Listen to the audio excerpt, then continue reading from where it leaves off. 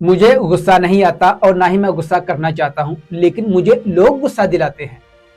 मुझे बुरा महसूस नहीं होता, लेकिन लोग काम ही ऐसा करते हैं कि मुझे बुरा महसूस होने लग जाता है। मैं दुखी नहीं रहना चाहता, लेकिन लोग मेरा दिल दुखाते हैं। क्या आपके साथ भी ऐसा होता है?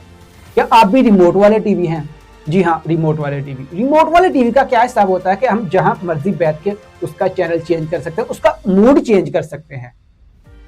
आपने भी अपना रिमोट कंट्रोल लोगों के हाथ में दिया हुआ है। लोग जब चाहे आपको दुखी कर सकते हैं, आपको परेशान कर सकते हैं, आपको खुश कर सकते हैं। आपने क्या महसूस करना है, आपने क्या फील करना है, इसका हक सिर्फ आपको है। अपना कंट्रोल अपने पास रखें, लोगों के हाथ में अपना कंट्रोल ना दें। लोग तो आपके साथ खेलेंगे। याद रखिएगा, जिस दिन आपने खुद के ऊपर काबू पाना सीख लिया, अपने जज्बात के ऊपर काबू पाना सीख लिया, आपने जिंदगी के ऊपर काबू पाना सीख लिया। खुद के ऊपर कंट्रोल रखें, आप जिंदगी को कंट्रोल कर लेंगे।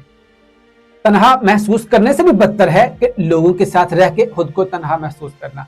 अगर आप ऐसे लोगों के साथ रहते हैं तो इन लोगों को बाय बाय कर दें, इन लोगों से दूर हो जाएं। अफसोस, गम, गुस्सा, ये मनफी ख्यालात, इनसे आजादी हासिल करना ही हकीकी आजादी है।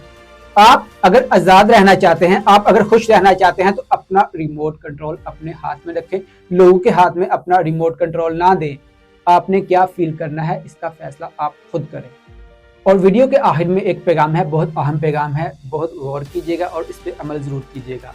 अगर तुम पूरी जिंदगी कोशिश करने के बावजूद भी अपनी जिंदगी में उजाला नहीं ला सके तो कोई बात नहीं, लेकिन तुमने अंधेरे से दोस्ती नहीं करनी।